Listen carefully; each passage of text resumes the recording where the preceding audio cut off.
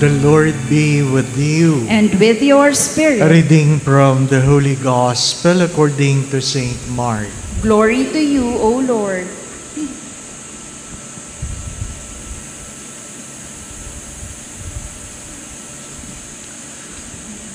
John said to Jesus, "Teacher, we saw someone driving out demons in your name, and we tried to prevent him because he does not follow us."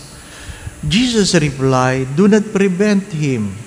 There is no one who performs a mighty deed in my name who can at the same time speak ill of me. For whoever is not against us is for us."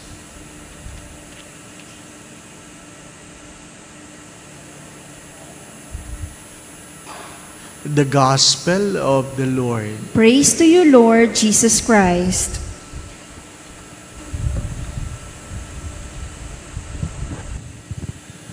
One of the places we visited in the last pilgrimage is the place of Santa Rita in Cascia. You can see her body exposed, and you can still visit the rooms where she stayed. Santa Rita di Cascia is one of the saints called the saints of the impossible.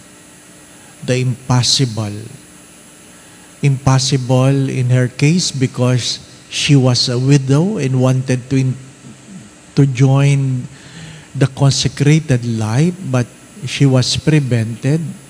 And one of the stories is that 3 doors were closed, and yet she was found inside. And when the superior asked her if her vocation is really true, she was given a dried branch, and she was faithful enough to water this dried branch.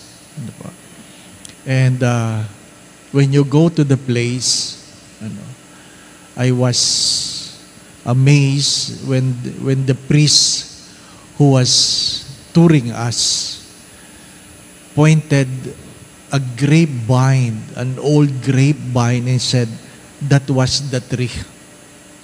That was the tree." Ano po? Akala ko joke only. Ano po? Mangingilabot ka. Parang binigyan ka ng tuyong sanga. Ibig sabihin talagang ayaw ka nilang tanggapin. Pero, dala ng kanya mga panalangin, tumubo muli ang sanga at naging hanggang ngayon, bumubunga ng grapes. Ano po? Sabi ng pari, every year, we bring some of the fruits to the Holy Father.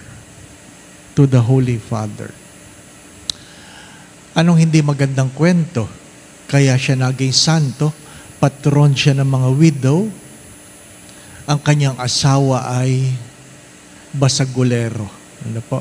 Kaya patron siya ng mga babaeng mayroong difficult marriages. Difficult marriages. Hindi naman sinabi doon na pinagdasal niyang mamatay ang asawa niya. Ano po? Hindi naman sinabi. Pero, bahagi yun ng kanyang marahil kabanalan. Ano po? Siya ay nagkaroon ng stigmata sa noo, palatandaan ng kanyang pakikibahagi sa pagdurusa ng Diyos. Kaya yung mga may asawa dito, may pag-asa kayo. Ano po? May pag-asa. What is the first reading trying to tell us? It's good to understand this.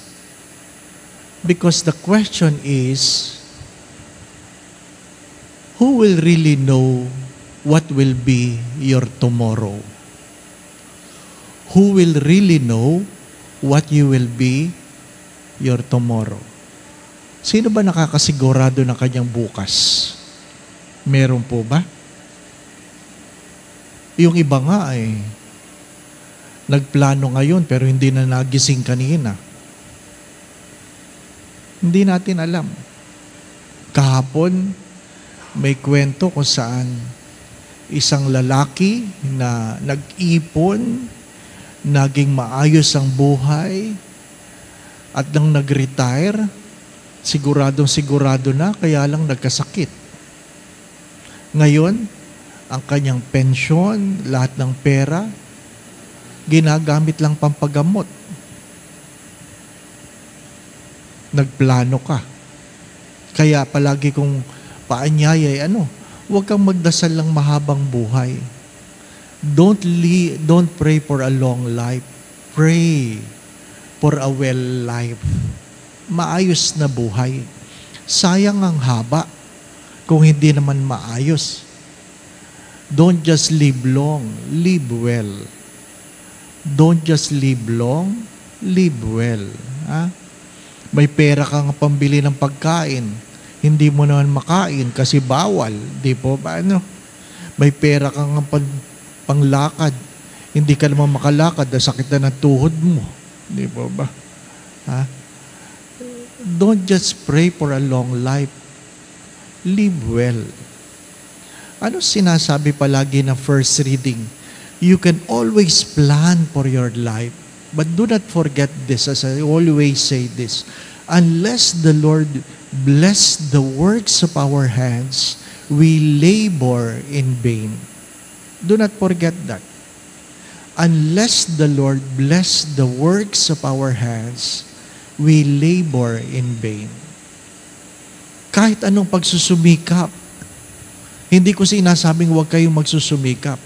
Walang maasahan yung mga hindi nagsusumikap.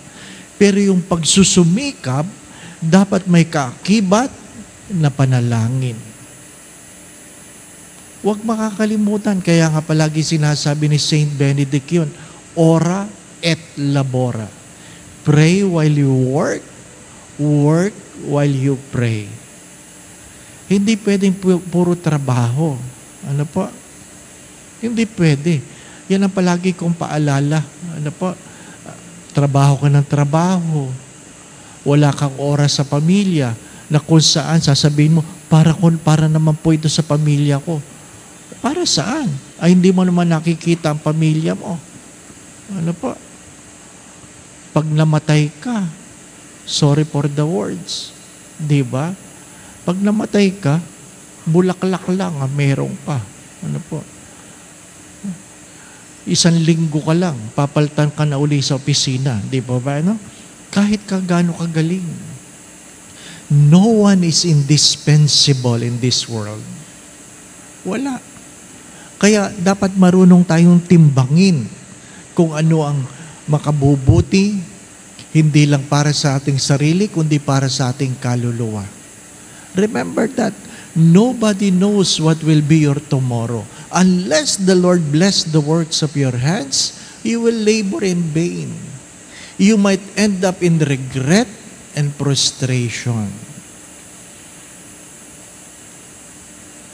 Isang malungkot na kwento kung saan ang isang OFW talagang nagsumikap ni hindi nagbakasyon. Inipon lahat ng pera. Inipon lahat ng pera para pag-uwi niya, marami siyang perang dala. After 10 years, umuwi siya. Na kung saan, every year, meron silang libreng ticket pa uwi. Hindi niya ginamit. Kinumbert niya sa cash. Ngayon, umuwi siya after 10 years. Ang malungkot na kwento, punong-puno siya ng ngiti, punong-puno siya ng pasalubong. Nang makita siya ng kanyang nanay, ang tanong ng kanyang nanay, sino ka? Sino ka? Hindi na siya kilala ng sariling ina. Hindi na siya kilala ng sariling ina. My dear friends, my brothers and sisters, as I always say this, life is all about relationship. Yung mga lumang kwento kung saan hindi pa uso itong mga text, puro love letter lang. Sabi nung binata sa kanyang kasintahan, sabi niya, pangako, araw-araw kitang susulatan. Sabi naman ng babae, pangako din, araw-araw kung sasagutin ang sulat mo. Araw-araw sila nagsusulatan. After 1 year, nag-asawa yung babae. Napangasawa yung kantero. Kasi yun ang araw-araw niyang nakikita. Yun ang malungkot na kwento, hindi po ba? No? Iba yung nakikita mo at iba yung nababasa mo. Mga minamahal mga kapatid, kahit sa buhay pananampalataya, iba pa rin kung ikaw ang nagdadasal at iba ang nagdadasal para sa iyo. Don't forget that. Don't be complacent thinking, ay, meron naman nagdadasal sa akin. Iba pa rin kung ikaw ang nagdadasal at merong nagdadasal para sa iyo. Amen. As God would always remind us, don't worry for tomorrow. You have enough worry for today. Because nobody really knows what will be our tomorrow. What is the gospel trying to tell us? Is stop trying to watch your neighbor. You have a life to watch. Pagka minsan, masigasig ang ibang tao, nabantayan ang nangyayari sa kanilang kapitbahay kaysa sa nangyayari sa kanilang buhay. My dear friends, my brothers and sisters, pray. Pray unceasingly. Because unless the Lord bless the works of our hands, we will just labor in vain. The Lord be with you. And with your spirit. And may Almighty God bless you and your family, the Father, the Son, and the Holy Spirit. Amen. We go in peace to love and serve the Lord. Thanks be to God.